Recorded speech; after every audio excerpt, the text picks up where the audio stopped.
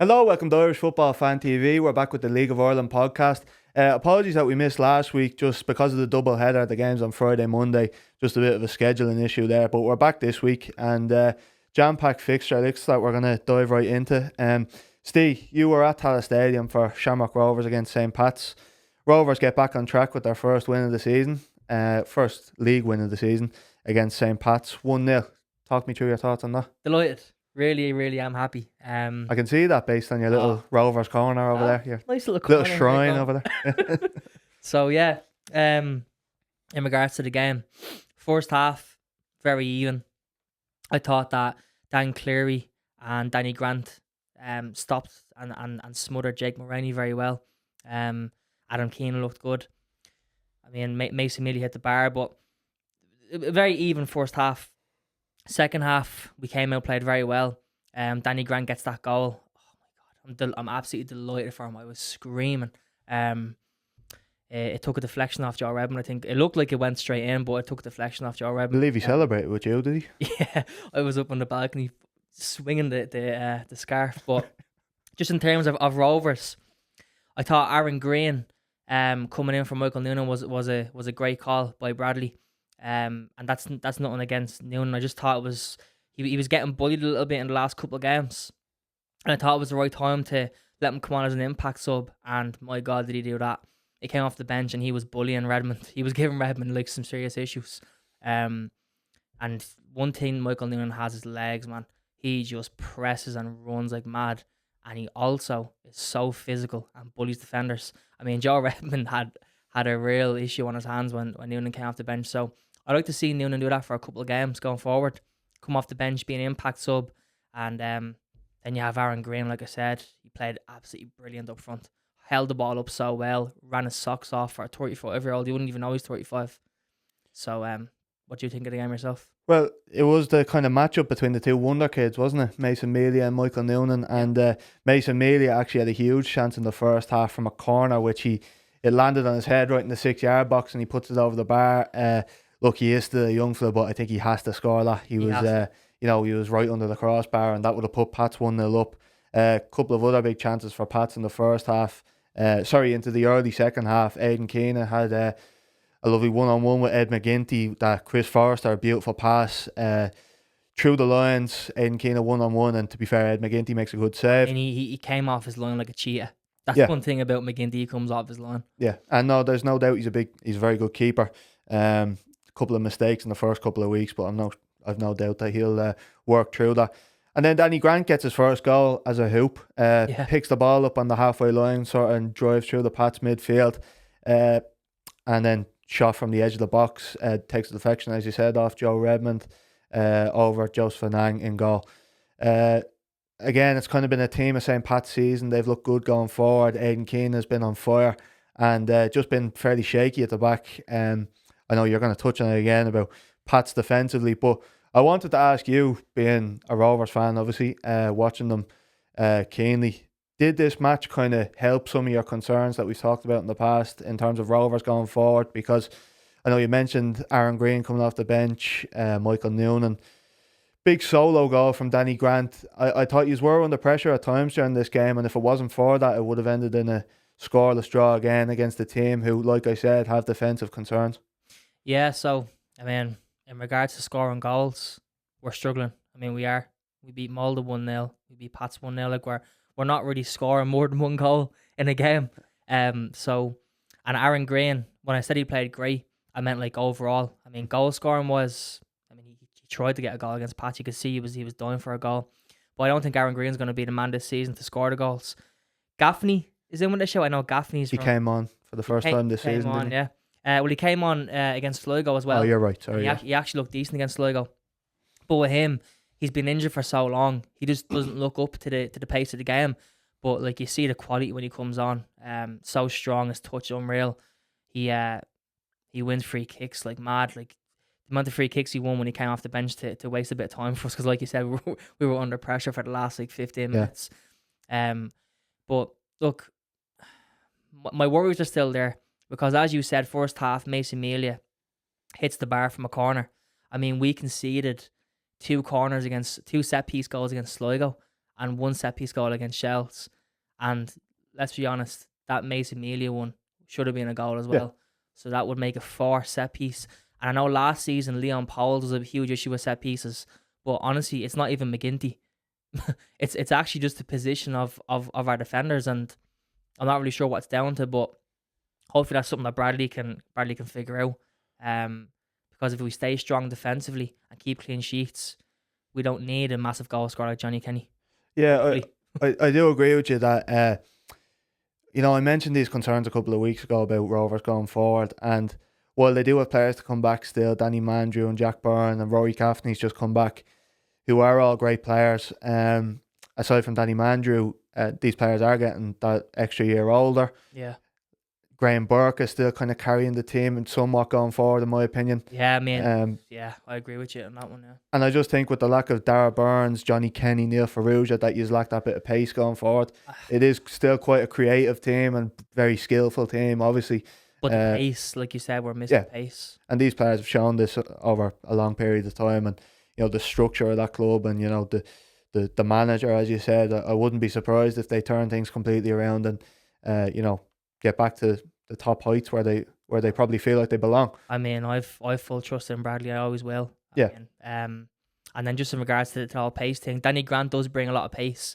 He is playing a lot better the last couple of games. He actually got man of the match against Pats, which he probably shouldn't have. I mean, Dan Cleary played absolutely brilliant. I think when he went home and he emptied his pockets, it was his car keys, his wallet, and Jake Mulroney. So shout out to you, Dan Cleary. I mean, you played brilliant, mate. Very, very well. Yeah. So I thought he definitely could have been man of the match. And then shout out to Matt Healy as well. He's been great for us. Your friend? Yeah. My mate, yeah. I think he's brilliant. I'm so excited to see him, Watts, and Bourne in midfield. How excited? So excited. All right. Times 10. Yeah. Anyway, just on the Pat side of things, they'd been looking quite good over the last couple of weeks. After a slow start, they'd gotten back on track. Still, like I said, a little bit shaky defensively. And it was another deflected goal, but this has happened in the games gone by. Like this happened out in Galway. This happened with Sligo at home. It happens again here.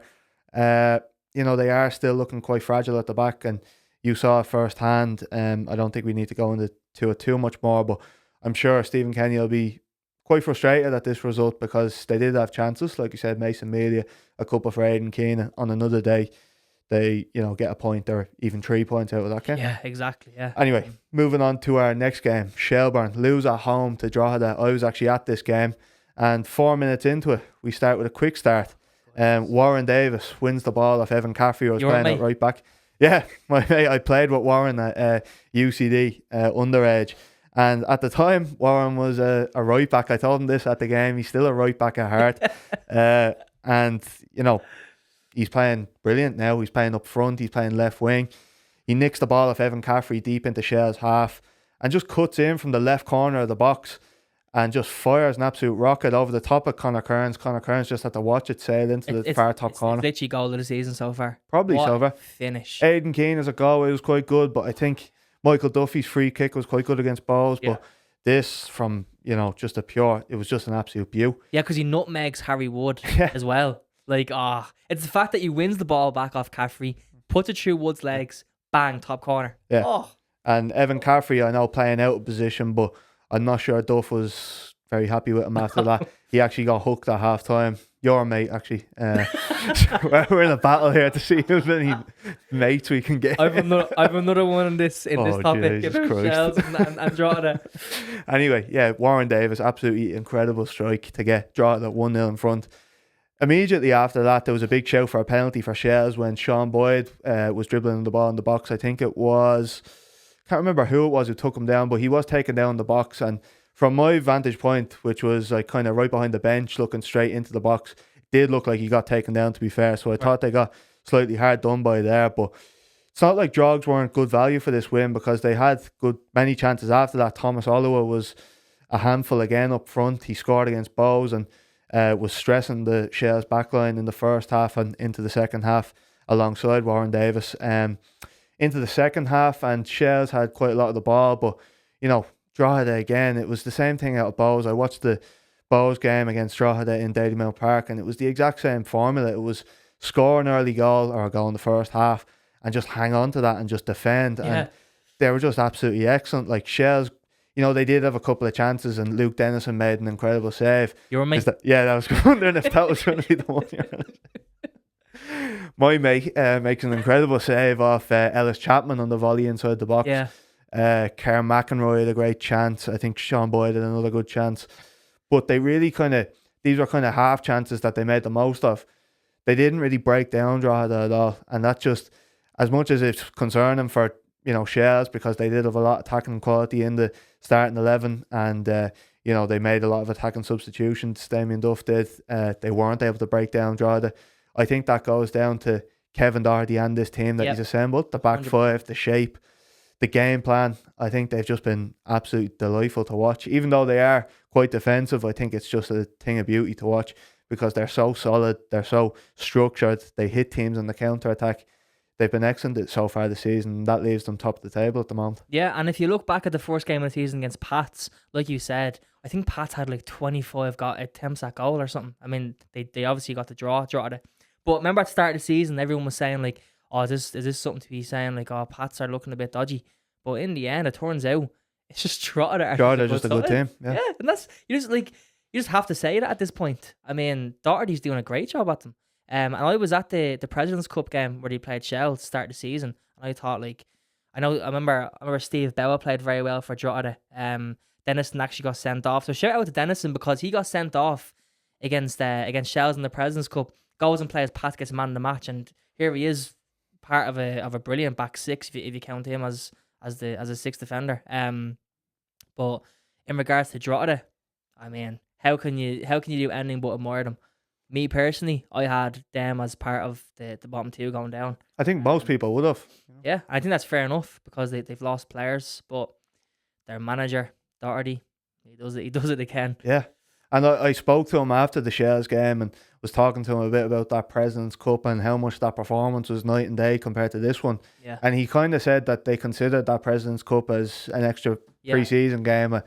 He didn't want to disrespect it, but he said they didn't put too much emphasis on that game, and we're still kind of getting back to fitness.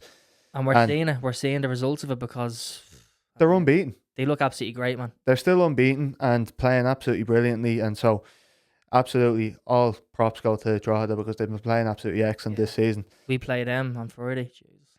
You concerned about that? If you bit. struggle to score goals against Pats, then I think you might struggle against Drogheda because they're playing excellent, especially defensively.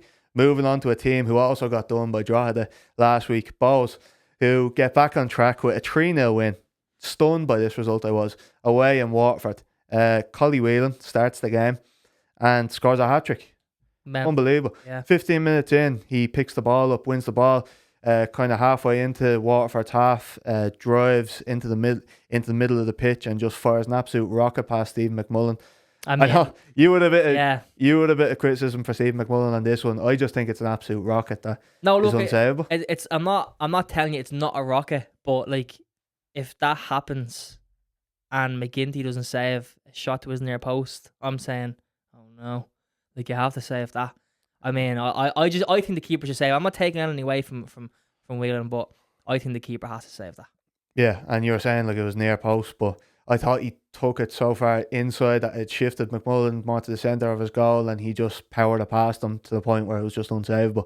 Anyway, moving on from that, huge chance for Waterford a couple of minutes after, probably 15 minutes after. It was a bit of a scramble around the box, 1-on-1 between Talbot and Almond. The ball gets cleared off the line by Liam Smith.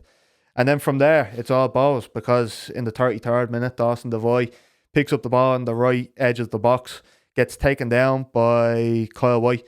Inside the box, the ref points to the spot. Collie Whelan steps up. Nice penalty. Puts it past Stephen McMullen again. So and that's and McMullen went the right way as well, and he still slotted it in. Right. So that's his brace so far. No complaints about this penalty, I would say. A couple of minutes after, in the 38th minute, Dale Rooney gets on the end of a cross into the box, and Kasper Radkowski, ex-Balls player, goes to clear it. Doesn't clear it, but Dale Rooney runs into his leg, goes over, and the ref points to the spot again. This one, and they were saying it on commentary, I would feel kind of hard done by because Radkowski clearly doesn't see Dale Rooney. Rooney runs right into him. I'd feel slightly hard done by. Look, it didn't end. It didn't, matter in the end because Bows won Exactly. 3-0. But they give the penalty, and Colin Whelan steps up in the Another 42nd nice minute. penalty. I mean, both in bottom corner. Sends This one was McMullen to the left the wrong way again. And so his hat trick on the day. Yeah. Weirdly, it was, I think, the fourth penalty Waterford have given up in 5 games. So I'm wondering, is that just a discipline issue or something at the back? Could be, but besides that, they've been decent. Waterford since they come up in the league. They've been a threat. And they were top of the table coming into this Yeah, game. That's why I was so exactly. stunned, because Bows have been so poor up until this point. And I wanted to give you this one because me and my dad are obviously both Bows fans and watching the games together. And look, my dad, he doesn't make many good points when it comes to football, but I thought he made a good one when it came to this, because Bows seem to really struggle when it comes to the teams who are quite direct, quite physical. You're talking about the likes of a Drogheda, the likes of a Shelbourne or whatever. When you come up against ball-playing teams like Shamrock Rovers, Waterford, Bows seem to actually be quite comfortable, because in the end, Bows actually did kind of see this game out quite well, because there was a couple of saves from Talbot, but nothing serious. No, I was shocked over the result. I mean, what you're saying there, now that I think of it, you actually could be onto something there, or your dad, shout out Phil. Yeah. Cork as well is the other one that I was trying to think of. Cork away, they struggled because, Tim Clancy has them set up so well. Turner's Cross is a horrible place to go and play from the away side. So maybe he has a point there. Maybe El Phil has a point. Maybe he does, yeah. But in regards to Waterford, I mean, it's a rough result for them, but I was absolutely shocked by it. Yeah. But if you're giving away 2 penalties against a team like Bows that has the quality that they have, I mean, I know we haven't really seen them be consistent since the game in the Aviva, but they have quality. I mean, look at their bench. Connor Parsons and Lise Mousset on the bench. I actually want to ask you about that. What's the story with Mousset? I know, like, I was like pitch level when we played against you at the start of the season, and I could see, like, physically, not that I can talk, but physically he doesn't seem like he's in shape. No. But you can just see the quality. And then Connor Parsons, obviously, I know of him because he came to Tallaght Stadium last season a couple of times and played Stormers. So, like, what's your thoughts on Mousset? Like how did you feel about getting dropped before the Waterford game? Look, it's no secret that he wasn't at full fitness when he signed. He tried to, regain that fitness in pre-season, but it's a weird situation that Alan Reynolds is kind of put himself in here, because you signed Colin Whelan, okay, very good player, and has been, good in the past for UCD, and then didn't quite work out for him at Derry, but there's no doubt there's a player in there.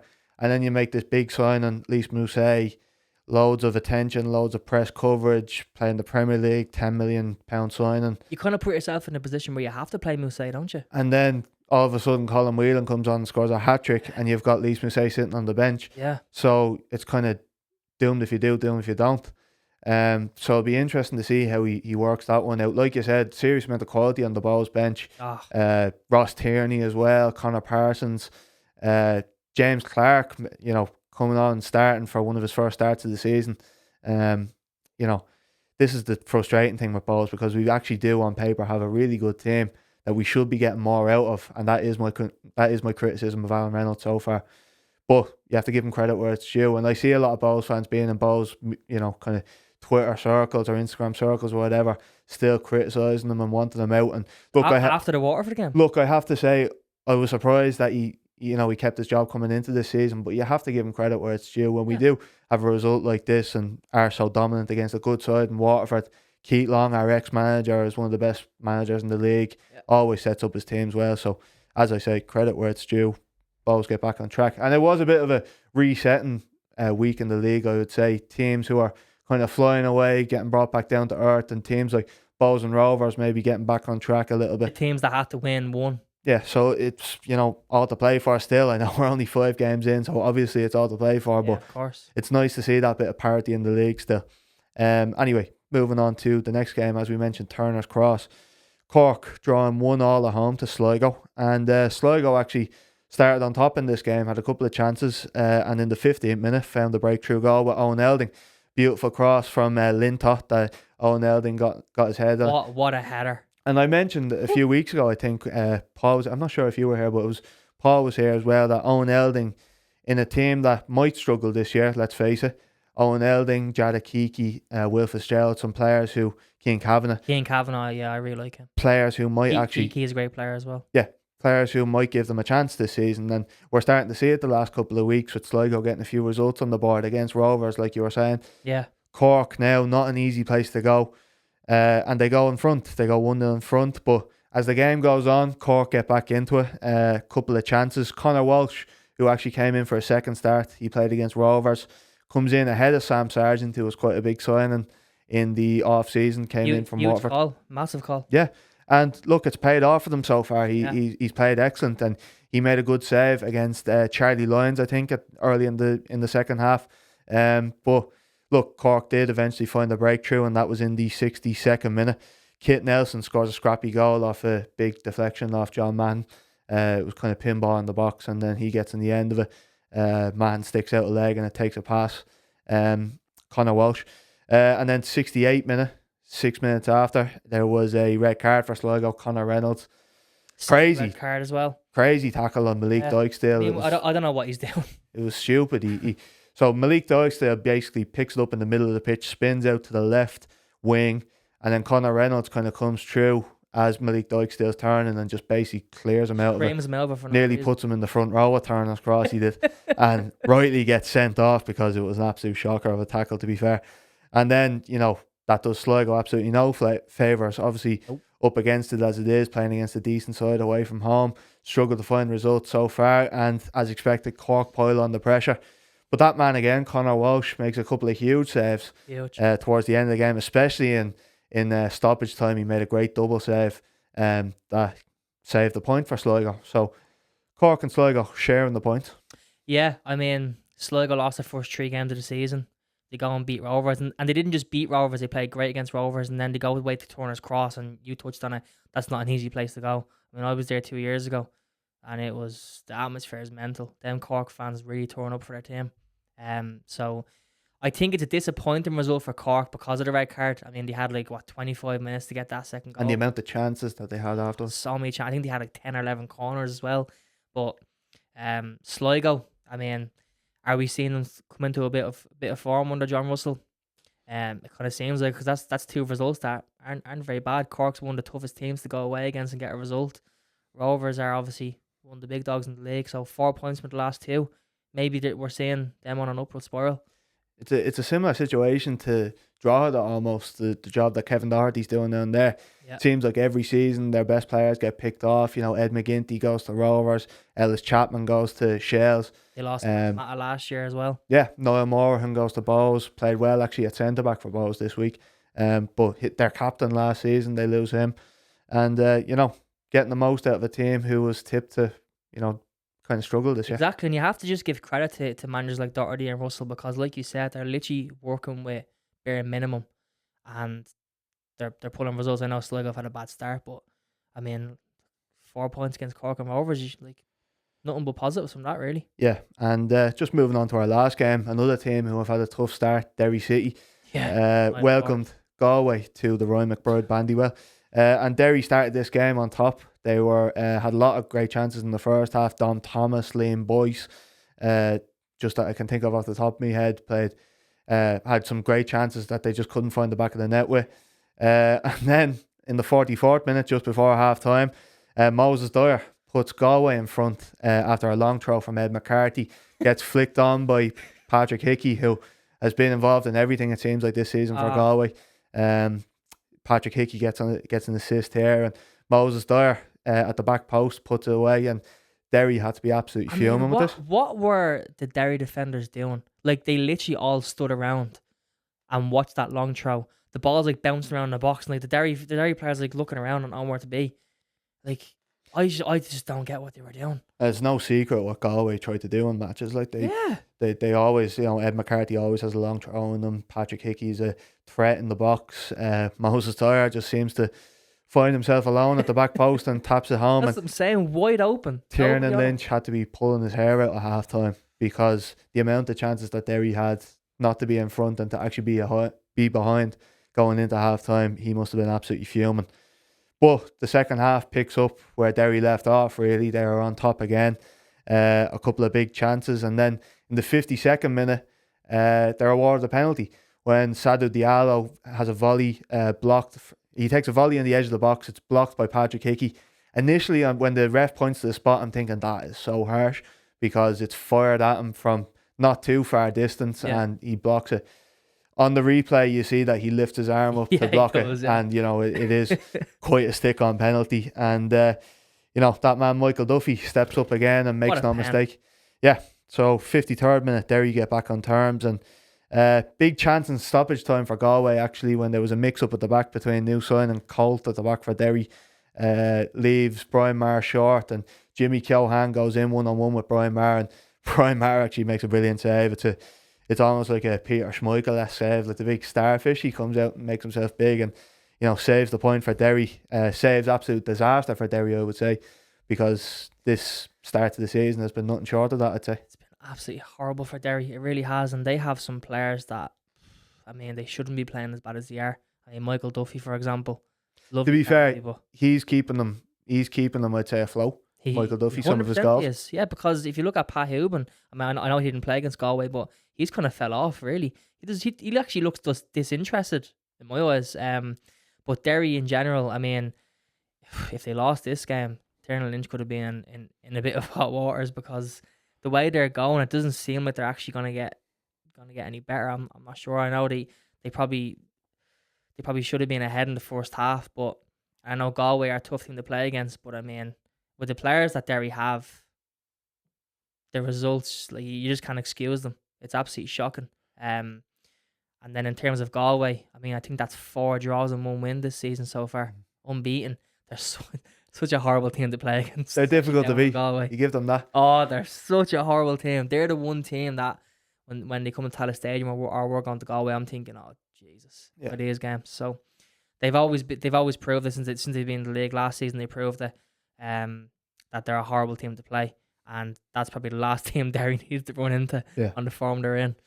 Just to touch back on Derry, the point you made about Tiernan Lynch, it might seem like a mad show for him to be under pressure after just 5 games, but there is really, from the outside looking in, Derry, it did feel like this was going to be maybe a transitional season.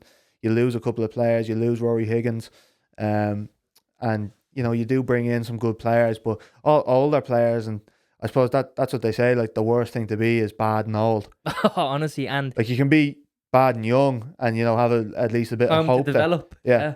But there is expectations there, and they are in a position where Tiernan Lynch would have been under pressure, and I actually wouldn't have. I think that would have been harsh because I think it's not him who's recruited these players. At least it doesn't seem like.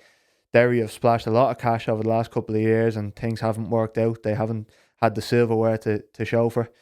So just a lot of second place finishes. Yeah. And like this, I want to ask you. So in regards to Higgins, do you think now, looking at the way Derry and the situation they're in, do you think that was a mistake? It's a difficult one to say, really. It kind of reminds me of Keith Long at Bows, and to be fair, I don't think Rory Higgins is as good of a manager as Keith Long. Yeah. But he had built something there, and they were still winning a lot of games, and they were still getting to cup finals. They were competing for league titles. And they didn't get over the line. And you wonder, from a Derry fan's point of view, they're probably thinking, right, has Rory Higgins taken us as far as he's going to take us? Is it time for someone else to come in and maybe get us over the line? But I think they've actually kind of taken a step back from that. Yeah, because the grass isn't always greener. And as a Pose fan, I know that better than anyone. Like, we've only gone backwards since Keith Long has left. There he is, and he's shown how much of a great manager he is at Waterford. It's not an easy league to win games in. No, it's and not. You need to savour it while you're in there, because the likes of Rower, you're seeing it now, you're struggling, and I don't know if that's going to last, but it isn't easy, and maybe Rovers winning so many titles in that span has made it look easy, and it absolutely isn't. And I actually agree with you there. I think because of the 4 in a row, I think people might have thought, oh yeah, it's a runaway league for Rovers. Not at all. And before the 4 in a row, you look at who was winning the league. Rovers didn't win the league for like 9 years before that. So it's a very competitive league, and you can go down to Sligo next week and struggle to win. So once you get in a position to challenge like Derry were in, it's not just as easy as saying, right, someone else come in and take us over the line and get us over the. Like, it's the same in any league, it's the same where like City in the Premier League or like the Chiefs or something in the NFL. Yeah. Once you get there, you need to savour it, because it isn't as easy as sometimes they make it look. Anyway, Rory Higgins didn't work out in the end. I don't know if I agree with it or not. It was kind of a mutual thing at the time that they parted ways. I thought it was a mistake when it happened. I mean, I know Derry weren't in great form when he got sacked, but like you Well, said, he didn't get sacked. Like, there was a mutual agreement there. I think he kind of felt himself that. I was more of an agreement thing. Yeah. But at the same time, I think he was kind of feeling the pressure of, not winning any silverware. Yeah. So second 2 years in a row. So look, Derry do rescue a point against Galway, but I would say probably not a great result at home. Derry still have yet to get started this season, I would say. Anyway, that's it for us this week in terms of League of Ireland results. Make sure to check out our squad preview. We previewed the Ireland squad announcement, me and Steve did. Talking about the players who are in, who are out. We also filmed our Irish Abroad, which has been posted, so make sure to check that out and check us out on all the social medias as well. So that's it from us here. See you soon.